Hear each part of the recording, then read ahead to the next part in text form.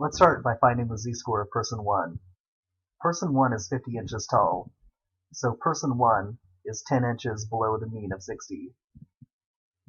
In order to find out the z-score of person 1, we have to find out how many standard deviations person 1 falls below the mean. To do that, we can start at the height of 60 and go down by 5s until we reach this height of 50. So if you start at 60 and you go down by 5, that's 55. And if you go down by 5 again, that's 50. So we started at 60 and we went down by 2 standard deviations and then we reached 50. So this person right here is 2 standard deviations below the mean.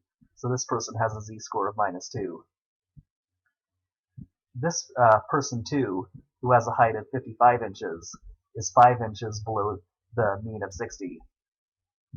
To find this person's z-score, we need to start at the mean height of 60 and go down by 5s until we reach this height of 55.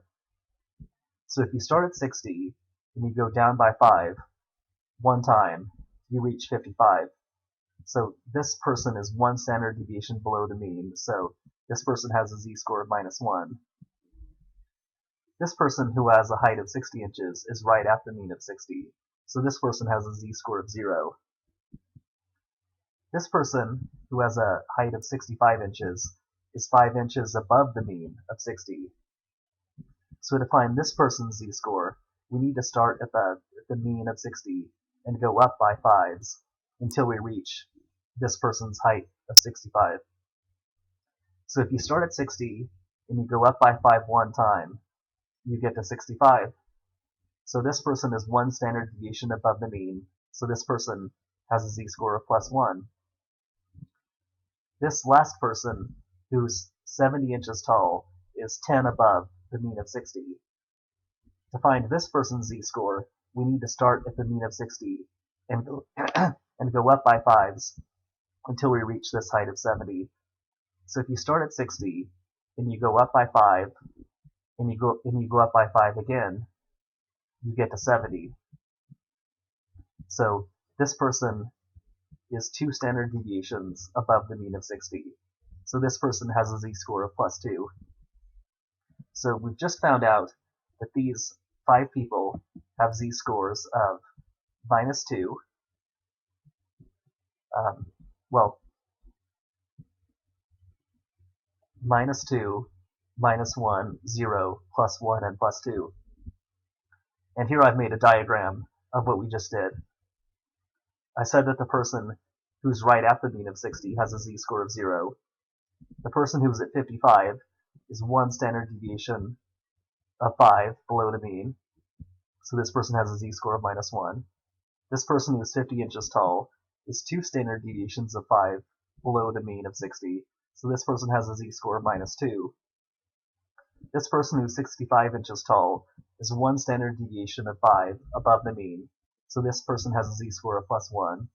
And this person who's 70 inches tall is 2 standard deviations of 5 above the mean of 60, which means that this person right here has a z-score of +2.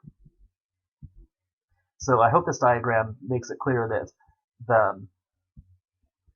since the standard deviation is 5, that the z-score is really just showing a multiple of 5. This person who has a z-score of +1 is just 1 5 above the mean. This person who has a z-score of +2 is just 2 5s above the mean.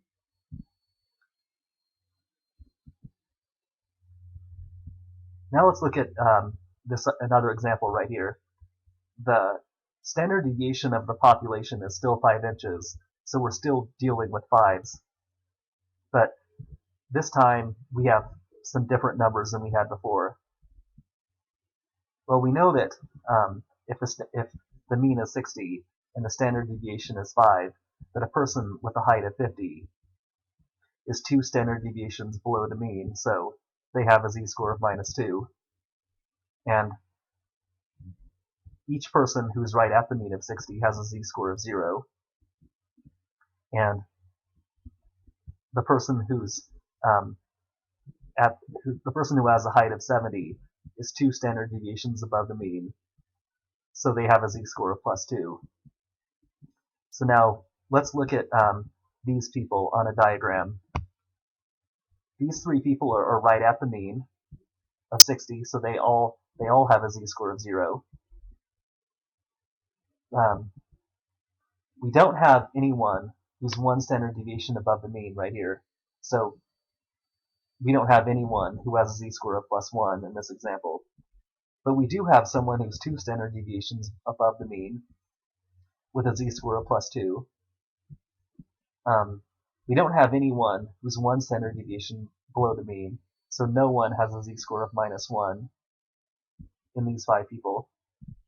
But we do have someone who's 2 standard deviations below the mean down here. So this person has a z-score of -2. Once again, I hope these bars down here make it clear that that the z-score is just the number of standard deviations that a person falls below or above the mean. And let's now go through an example in which the standard deviation is no longer 5.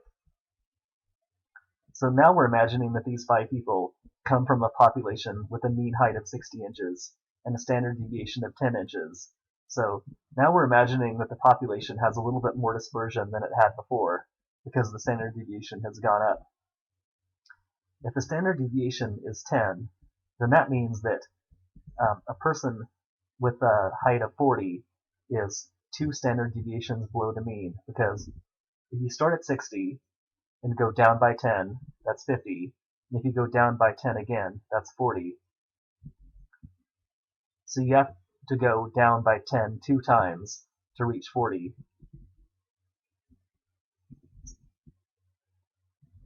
And this person, who's 50 inches tall, is 1 standard deviation below the mean of 60, because they're 10 below the mean. So this person has a z-score of -1. So, like I said, if you start at the mean of 60 and you go down by 10 2 times, you reach this person with a z-score of -2 right here. And if you go down by 10 1 time, you reach this person with a z-score of -1.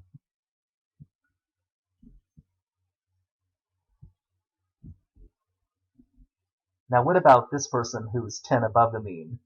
Well, they would have a z-score of +1 because they're 1 standard deviation above the mean. And what about this person right here who's 20 above the mean?